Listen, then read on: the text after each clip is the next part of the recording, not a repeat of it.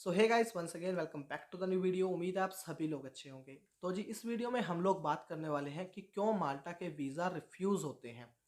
वैसे तो बहुत सारे रीज़न है एम्बेसी के। जब भी आप मतलब किसी की रिफ्यूज़ल आई होगी तो उनको दो ही ऑप्शन मिले होंगे कि आपका जो सपोर्टिंग डॉक्यूमेंट है हमें उसमें दिक्कत लगी, या फिर जो आपका stay of purpose is not reliable. ये दो ऑप्शन होते हैं उनके पास। ये वो टिक करके आप लोगों को भेज देते हैं, आपका वीज़ा रिफ्यूज़ कर देते हैं।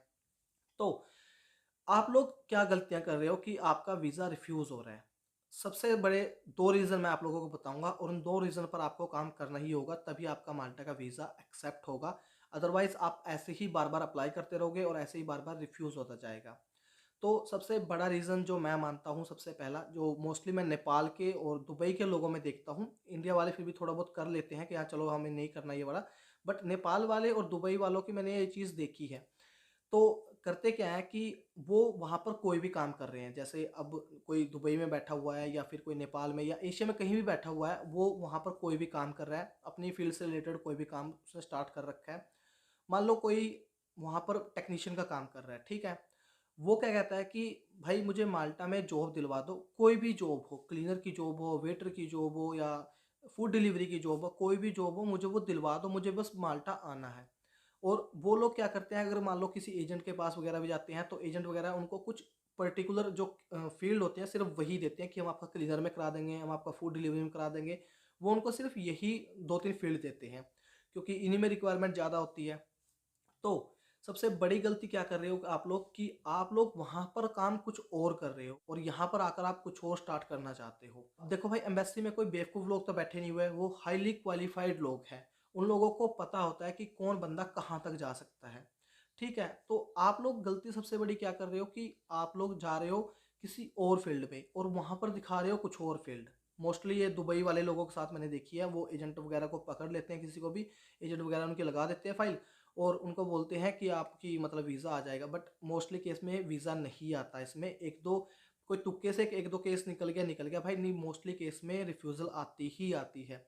क्योंकि दुबई का तो चलो, एशिया का तो चलो छोड़ दो, दुबई में जो लोग बैठे हुए हैं, दुबई में जो आपका वीज़ा वगैरह लगता है उस पे आपकी पर्टिकुलर फ़ील्ड का नाम मेंशन होता है कि आप इस फ़ील्ड में काम करते हो। आई थिंक यही होता है वहाँ के वीज़ा पे। तो आपका वीज़ा देखते ही वो समझ जाएँगे कि ये बंदा मतलब यहाँ से अगर जॉब ले रहा है तो किसी एजेंट के थ्रू या फेक डॉक्यूमेंट के थ्रू जॉब ले रहा है। तो सबसे बड़ा रीज़न तो आपका ये है कि आप लोग ये गलती कर रहे हो। सेकंड जो सबसे बड़ी गलती मैं मानता हूँ आप लोग क्या कर रहे हो, आप लोग देखो एम्बेसी की चेकलिस्ट में 6-7 डॉक्यूमेंट हैं। सिर्फ़ क्या है उसमें कि आपको इंश्योरेंस कराना है, अपना डमी टिकट करानी है, आपको वर्क परमिट जो माल्टा से आपको मिलता है, आपके एजुकेशन डॉक्यूमेंट आपको ये सबमिट करने हैं और आपका काम हो गया। बट ऐसा नहीं होता। तो आप लोग क्या करते हो कि आप लोग वो डॉक्यूमेंट जमा करा देते हो, आप लोगों को लगता है कि अब वीज़ा आ जाएगा, बट उस केस में वीज़ा नहीं आता। उसका रीज़न क्या होता है ना आने का, कि आप लोग जो सपोर्टिंग डॉक्यूमेंट होते हैं, आप वो यूज़ नहीं करते हो। और सपोर्टिंग डॉक्यूमेंट बहुत सारे होते हैं। आप मतलब अगर मान लो कोई जॉब कर रहे हो आप, ठीक है? आपके पास उसका एक्सपीरियंस है, आपने एक्सपीरियंस जमा कर दिया, उस एक्सपीरियंस को वो देखकर वो कहेंगे कि ये तो मैं कहीं भी बनवा लूँगा। आज के टाइम में भाई एक्सपीरियंस बनवाना कोई बड़ी बात नहीं है, आप कहीं भी जाकर बनवा सकते हो। तो अगर किसी बंदे की जॉब लगती है, तो क्या होता है कि आपको एक ऑफ़र लेटर मिलता है, आपका एक कॉन्ट्रैक्ट होता है, आपको जो आपकी सैलरी होती है, उसकी सैलरी स्लिप मिलती है, आपको आपके अकाउंट में सैलरी आती है, आपके सेविंग अकाउंट में जाती है या आप खर्च करते हो, वो आपके ऊपर है। तो ये सारे डॉक्यूमेंट आप बिल्कुल भी यूज़ नहीं करते। एक्सपीरियंस लेटर हो गया आपका, वो आपको पोस्टाइल नहीं कराया आपने, एजुकेशन डॉक्यूमेंट है, वो पोस्टाइल नहीं कराई। तो बहुत सारी चीज़ें होती हैं जो आप लोग इग्नोर कर देते हो। अब जब भी आप मान लो कोई फ्यूचर में अभी लगाने वाला है वर्क परमिट की फ़ाइल, तो आप लोग क्या करो?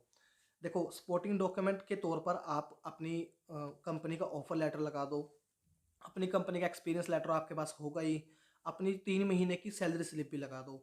साथ में आपकी फंड दिखाओ उनको, 2 से ढाई लाख तक के फंड दिखाओ कि वहाँ पर जाने का और वहाँ पर 1-2 महीने सर्वाइव करने का मेरे पास फंड है। आप 2 से ढाई लाख तक तो रखो एटलीस्ट। और ये ऐसे नहीं रखो कि एकदम से डलवा दिया और फिर बाद में वो निकलवा लिया, वो काम मत करना। मंथली आपका पे हो रहा है, जो कंपनी की आपकी उसके थ्रू आपका पे हो रहा है, चाहे वो 10,000 हो, चाहे वो 8,000 हो, डज़न्ट मैटर। जो कंपनी की तरफ से पे होगा उसमें स्पेशल मेंशन होगा कि हाँ, ये इस कंपनी के थ्रू पैसा आया है और उस पैसे को आप यूज़ कर रहे हो, ठीक है? तो ऐसे कुछ 3-4 डॉक्यूमेंट आप ऐड करो उसमें। एक पीसीसी आप अप्लाई कर दो, पीसीसी अगर आप यहाँ पर वर्क परमिट आपने अप्लाई किया है तो पीसीसी डाल दो उसमें, वो भी आपका सपोर्टिंग डॉक्यूमेंट का काम करेगा। अच्छा, जो आपके डॉक्यूमेंट हैं 10th 12th हो, चाहे एक्सपीरियंस हो, चाहे ग्रेजुएशन हो, चाहे मास्टर हो, लोग बोलते हैं कि +2 के बाद के डॉक्यूमेंट को आप अपोस्टाइल कराओ। बट मैं कहता हूँ कि आप 10th के डॉक्यूमेंट को, 12th के डॉक्यूमेंट को, या जो आपके डिग्री वगैरह है, डिप्लोमा है, एक्सपीरियंस है, सबको आप अपोस्टाइल कराओ। अब पोस्टल कराने का सबसे बड़ा बेनिफिट पता क्या है? उन लोगों को वेरीफाई नहीं करना पड़ता है कि ये जो आपके डॉक्यूमेंट है ये फेक तो नहीं है, क्योंकि अपोस्टाइल एक तरीके से वही होता है कि आपके डॉक्यूमेंट वेरीफाई हो गए हैं। तो ये 3-4 चीज़ें आप इसमें ऐड करो, उसके बाद आपके वर्क परमिट लगने के चांसेस बहुत ज़्यादा होंगे। एंड मेक श्योर कि आप अपनी जो फील्ड है, जो आप इंडिया में या किसी और अरब कंट्री में या फिर कहीं भी आप काम कर रहे हो, सेम वही फील्ड आपकी माल्टा में या फिर किसी और यूरोपियन कंट्री में होनी चाहिए। तब आपके जो वीज़ा आने के चांसेस है वो बहुत ज़्यादा है। तो थर्ड रीज़न जो मैं मतलब मानता हूँ, ये मतलब पर्टिकुलर केस में होता है, क्योंकि इंटरव्यू सबके नहीं आते। तो क्या होता है कि मैंने बहुत सारे लोगों के, जब लॉकडाउन लगा हुआ था तो रिकॉर्डिंग आती थी, बहुत सारे लोगों के वर्क परमिट की जो इंटरव्यू थे वो मैंने सुने। तो उनमें मैंने एक चीज़ नोटिस की कि जो ये इंग्लिश बोल रहे हैं, जो मतलब वो उनका आंसर दे रहे हैं, वो बिल्कुल भी मतलब एक सेटिस्फाइड आंसर बिल्कुल भी नहीं है। और आंसर है तो मतलब थोड़ा-सा उन्होंने बोल दिया या उन्होंने बोला ही नहीं उसके बारे में। ठीक है? तो आप जब अपना वर्क परमिट अप्लाई कर रहे हो, एटलीस्ट आप इतनी इंग्लिश तो करो कि आप उनकी समझ पाओ या उनको बता सको कि आप क्या कहना चाहते हो, क्या उन्होंने बोला है। एटलीस्ट इतनी इंग्लिश तो आप रखो। चलो, काम यहाँ पर आकर तो आपका काम बिल्कुल आसान है, चाहे आपको इंग्लिश भी नहीं आती, थोड़ी बहुत कम आती है, तब भी काम चल जाएगा। बट एम्बेसी में तो काम नहीं चल सकता ना। मेक श्योर कि आप लोग जब अपना वर्क परमिट अप्लाई कर रहे हो तो इंटरव्यू की तैयारी भी साथ-साथ करो, ताकि अगर इंटरव्यू बाय चांस आ भी जाए तो आप लोग इंटरव्यू देने के लायक हो। इंटरव्यू के ऊपर मैंने वीडियो बना रखी है कि वो क्या-क्या क्वेश्चन पूछते हैं, उससे ज़्यादा क्वेश्चन वो नहीं पूछते। अगर वो पूछेंगे भी तो फिर आप छोड़ देना, कोई दिक्कत वाली बात नहीं, 1-2 क्वेश्चन छोड़ भी दो तो कोई बड़ी बात नहीं होती। बट एटलीस्ट जो मैंने क्वेश्चन आप लोगों को बताए हैं, एटलीस्ट आप उन क्वेश्चनों को तो तैयार रखो ही रखो, ताकि जब आपका इंटरव्यू आए आप लोगों को पता हो कि हाँ, ये हमसे क्वेश्चन पूछा गया तो हम इसका जवाब ये देंगे।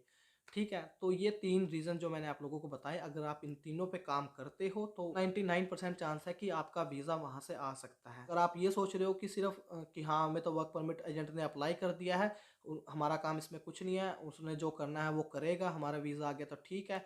नहीं, फिर बैठे रहो भाई रिफ्यूज़ल लेके, फिर तो कुछ नहीं कर सकते ना। तो मेक श्योर ये 3 चीज़ों पर आप काम करो और होप सो आप लोग यहाँ माल्टा में आओ, अच्छा अर्न करो यहाँ पर आकर। मैं भी दुआ करता हूँ आप लोगों के लिए। तो best of luck all of you.